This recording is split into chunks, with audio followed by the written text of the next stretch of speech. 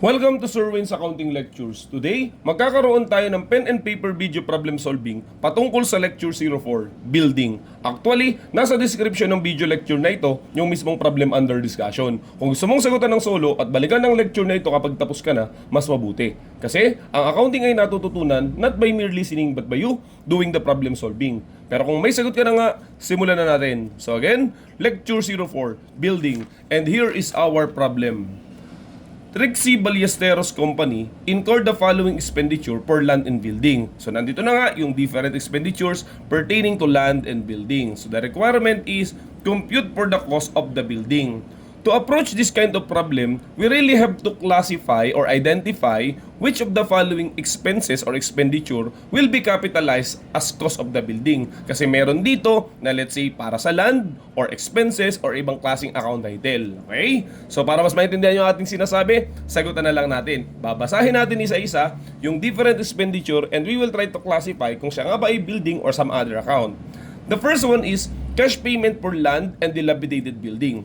3 million. So basically, naglabas ka ng pera at dalawa ang binibili mo. Isang lupa at isang building. Nga lamang we try to analyze, ano ba tong building na to? Is it usable or not? Because if the building is not usable, therefore it will not be part of the cost of the building. Dahil nga, not usable. Wala namang kasing silbi yun. So all of the expenditures, kung sakaling ganon, will be capitalized as cost of the land. Now, tingnan natin dito. Yung building, sabi siya ay dilapidated. Ang ibig sabihin ng dilapidated ay sira-sira or barong-barong. So basically, this is not usable. Therefore, how do we classify this 3 million? Will it be divided into land and building? The answer is no. All of this will be classified into land. Next one is cost of removing an old building to make place for a new building. So dahil nga sira-sira yung building, therefore kailangan itong sirain. Kailangan nating malaman ano yung intention. Bakit mo sinira yung old building? If the intention is to prepare the land for its intended use, therefore, the removing of the old structure will be part of the cost of the land. Kung ang intention mo, gagamitin mo kasi yung lupa. Pero ano ang sabi dito sa ating problem? The purpose why you remove such old building is to make place for the construction of the new building. Therefore, ginawa mo yung kasi kailangan para sa construction. At dahil doon, this cost of removing, okay, or demolition cost of removing old building will be part of the cost of the new building that we are going to construct. So that is 200,000. Okay? Tumuloy pa po tayo. Settlement to tenant to vacate old building amounting to 75,000. So kahit na po yung ating building ay dilapidated, maaaring meron pa din naman talaga nung nakatira kasi nasa Pilipinas nga tayo, di ba? Kahit sira-sira na may tumitira pa minsan at napakahirap magpaalis ng mga nakatira doon, lalo na kung ito ay tenant. Okay, therefore ano ang ginagawa usually? Nagbabayad ka. Binibigyan mo ng pera para umalis yung tenant doon o kahit nga yung squatter doon, binibigyan mo para iwas gulo. So ang tanong, necessary ba siya para masira mo yung building? Necessary ba siya na magbayad ka sa tenant para makapag-construct ng bago? If the answer is yes, therefore, this expenditure will be capitalized as cost of the new building kasi necessary siya para magsimula yung construction. So therefore, tama po. Kasama yan, settlement, okay, to tenant to vacate the old building is part of the cost of the new building, 75,000. Next is City Hall assessment for drainage project amounting to 25,000. This will not be part of the building dahil nga yung drainage ay para ma-improve yung lupa mo. Okay, kasi di ba pag sinabi natin drainage, yung mga pagkanaulan, yung mga dumi dapat hindi siya nakakalat dun sa mismong lupa. Okay? So, para maayos kumbaga yung daloy ng tubig, nagbayad ka sa City Hall, okay? Para makatulong dun sa drainage project. So, therefore, that is an improvement to the land, not to the building. That's why this is not part of the building, but rather, it will be capitalized as cost of the land. Same goes through with the grading, leveling, and landfill cost amounting to 180,000. Maaari kasi yung binili mo na lupa ay hindi pantay. O kaya hindi maganda yung klase ng lupa. That's why you have to grade it. You have to level it, pantayin. At saka siguro yung iba medyo malalim, so kinakailangan mo talaga silang tambakan or tabunan. That's why there is a landfill cost. So basically, this expenditure is also not part of the cost of the building, but rather part of the cost of the land. Kasi nga, para mas maging maayos yung lupa mo, ginagawa mo itong mga activity na to. So again, this 180,000 will be ignored. Next is architect fee. So basically, common sense lang yan.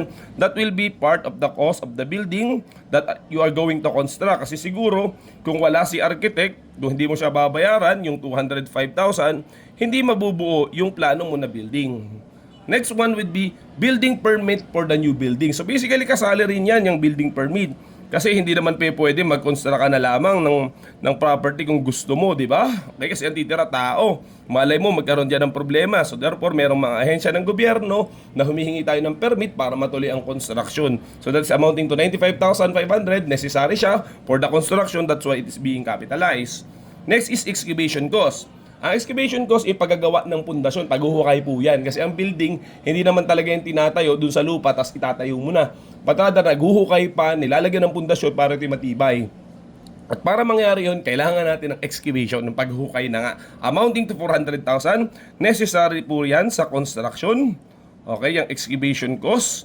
That's why it is being capitalized as cost of the new building. Next would be temporary quarters for construction workers. So yun na nga, di ba? So kailangan ng mga barracks para kumbaga siguro yung mga worker mo hindi taga ron dun sa lugar mo. Therefore, kinuha mo sila galing sa malayo. Sabi mo, gagawan nyo sila ng quarters, okay? So para hindi na sila umuwi o para mas malapit dun sa lugar ng trabaho, necessary ba? Minsan na kailangan gumawa ka talaga ng temporary quarters or mga barracks for your workers?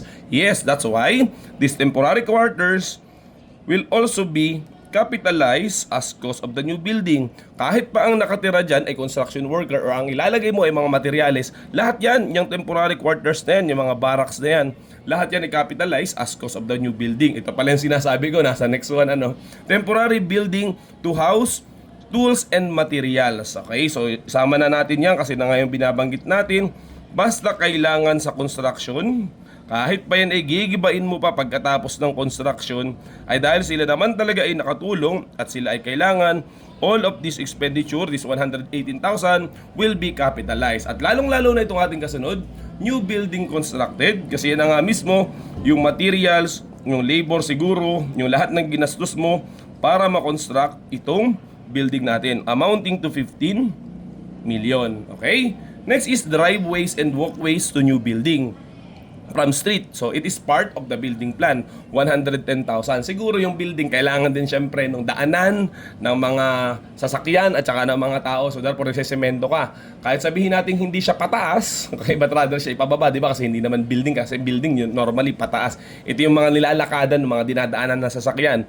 Will this be part of the cost of the new building? The answer is it depends. Okay? If the improvement is part of the building plan or the blueprint, it will be capitalized as cost of the building. Kasi nga, kasama siya from the very start sa construction mo. At kung sakaling hindi naman siya bahagi ng original plan or ng blueprint, they will not be part of the building, but rather it will be treated as a land improvement. Kasi 'di ba, pagka sinemento mo yung lupa, pag nilagyan mo ng daanan, so ibig sabihin nag-i-improve yung lupa talaga. Okay? So sagutan na lang po natin itong next line. So itong driveways and walkways, dahil sila ay part ng original plan, therefore it will be capitalized. To get my point, tignan natin yung kasunod. We have here fences and lighting, not part of the blueprint. So kung ganito, hindi siya magiging part ng cost ng building dahil nga ito separate yung pagpaplano mo. That will be considered as land improvement. Okay? Next one is cost of changes during construction. Oy, nagbago ka nung ginagawa mo na. Okay? So yun ba makakapitalize? The answer is if, okay, sabi dito, for more efficient newly constructed building. So nagkaroon ka ng changes para mas maging efficient, mas maging maganda. Okay? Maging safe siguro yung iyong building. So kung siya pa naman ay nakakatulong, nakakaganda dun sa ginagawa mo, those expenditure would be capitalized kasi may benefit eh. Okay? So isulat na rin po natin, cost of changes, okay, during construction. Ayan, for more efficient newly constructed building. So mas pinaganda mo yung building mo. So that's why it will be capitalized. Pasensya na po sa sulat natin, minadali na lang yan, ang haba. And the last expenditure dito ay cost of window broken by vandal. Siguro habang nagko-construct ka may nasira kasi nga may mga vandals o yung mga tambay ba tapos pumunta dun sa ginagawa mo, sinira nila yung bintana. Ang tanong, will that be part of the cost of the building? The answer is no. Kahit payusin mo kasi nga yan ay kumbagay sa isang banda ay kapabayaan kasi napasok ka ng vandals, hindi ba dapat may security ka? Saka ang isa pa, dapat naman yung mga expenditures na yan, yung pagkasira ng bintana mo, hindi dapat mangyayari. Pero dahil nangyari, wag mong parusahan yung building. Expense po ang treatment sa mga ganyan, dyan sa mga unnecessary expenditure during the construction na wala namang naitutulong or naikaganda dun sa building unlike nung naunang item. Okay, I believe yan na po yung lahat ng mga items dito sa sa expenditures pertaining to the construction. So isa na lang ang kailangan nating gawin. I-total itong mga ito para magkasagot na tayo. How much is the total cost of the building? Okay? So i-add natin, meron nga pala akong bagong calculator malaki. Okay, may nakaiwan na naman pong estudyante. So kung kanino man ito ay makikiuha na lamang. So i-try to add. Okay? So pasensya po sa singit nating kwento. So 200,000. Yan. And then, we add 75,000. We add 205,000. Then, 95,500. Then, 400,000. Then, 125,000. 118,000. 15 million. Ano ba 15 million dito? 15 million. Then, 110,000. Ayan. And 88,000. So therefore, the total cost of the building would be 16,416,500. Okay, so sana may natutunan ka. So yun lamang at maraming salamat.